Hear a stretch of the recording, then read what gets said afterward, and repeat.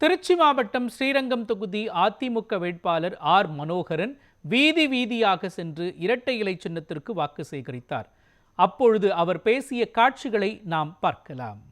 நம்முடைய புரட்சி தமிழன் அண்ணன் எடப்பாடியார் அவர்களை முதலமைச்சர் நாற்காலியில் அமர வைக்க நாம் அனைவரும் அயராது பாடுபட வேண்டும் என்று கேட்டுக்கொண்டு, நம்ம ஊர்ல இருக்கிற பிரச்சனை எல்லாம் என்னன்னு எனக்கு தெரியும்.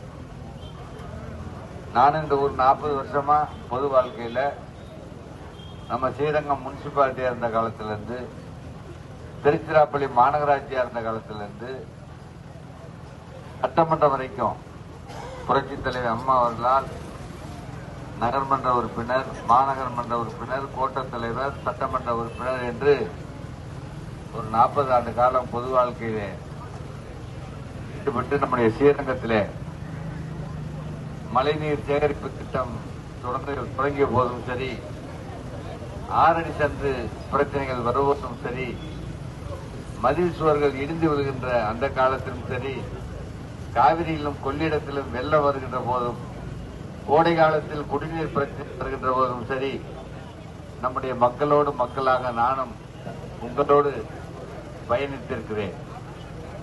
அதே போலத்தான் இன்றைக்கு நம்முடைய ஸ்ரீரங்கம் மற்றும் திருவானைக்காவல் பகுதியில் இருக்கின்ற அடிமனை பிரச்சனையிலும் உங்களோடு சேர்ந்து நானும் பயணப்பட்டுக் இருக்கிறேன் என்பது உங்களுக்கெல்லாம் தெரியும்.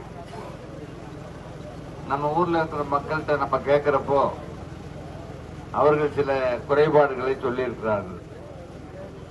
வடக்கு வாசல் மக்களின் நீண்ட நாள் கோரிக்கை, கொள்ளிடத்தில் இருக்கின்ற ஆட்டு மண்டபத்தை சீர் செய்ய வேண்டும், கொள்ளிடத்திலே ஆற்று நீர் தொட்டிக்கு மோட்டார் வைத்து இலவச மின்சாரம் வழங்க வேண்டும், பட்டர் தோப்பு வழியாக செல்லும் வாய்க்காலுக்கு இருபுறம் தடுப்பு சுவர் கட்ட வேண்டும். இதெல்லாம் நம்ம ஆட்சி வந்ததுக்கு அப்புறம் கண்டிப்பா செஞ்சு தரணும்னு மக்கள் கேட்டிருக்காங்க.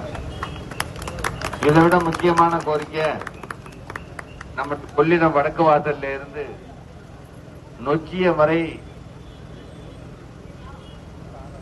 பாலம் அமைத்து, பாலம் என்று சொன்னால் தரைப்பாலம், கொள்ளிடம் வடக்கு வாசல்ல இருந்து நொச்சிய வரை தரைப்பாலம் அமைத்து அந்த பகுதியில் இருக்கின்ற நம்முடைய பூ வியாபாரிகள், மணச்சநல்லூர் பகுதியிலே பூ உற்பத்தியாளர்கள் நம்முடைய ஸ்ரீரங்கம் பூ மார்க்கெட்டுக்கு வருவதற்கு நிறைய தூரம் சுற்றி வரணும்.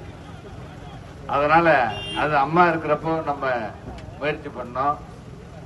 புரட்சி தலைவர் அம்மா அவர்கள் தான் நம்முடைய கொள்ளிடத்தில் இருக்கின்ற அந்த பாலம் மிகவும் பழுதடைந்திருக்கிறது. 100 ஆண்டுகளுக்கு மேலாக வெள்ளைக்காரன் காலத்தில் கட்டின பாலம். அதனால அந்த பாலம் எப்பொழுது வேண்டுமானால் இடிந்து விலகலாம்.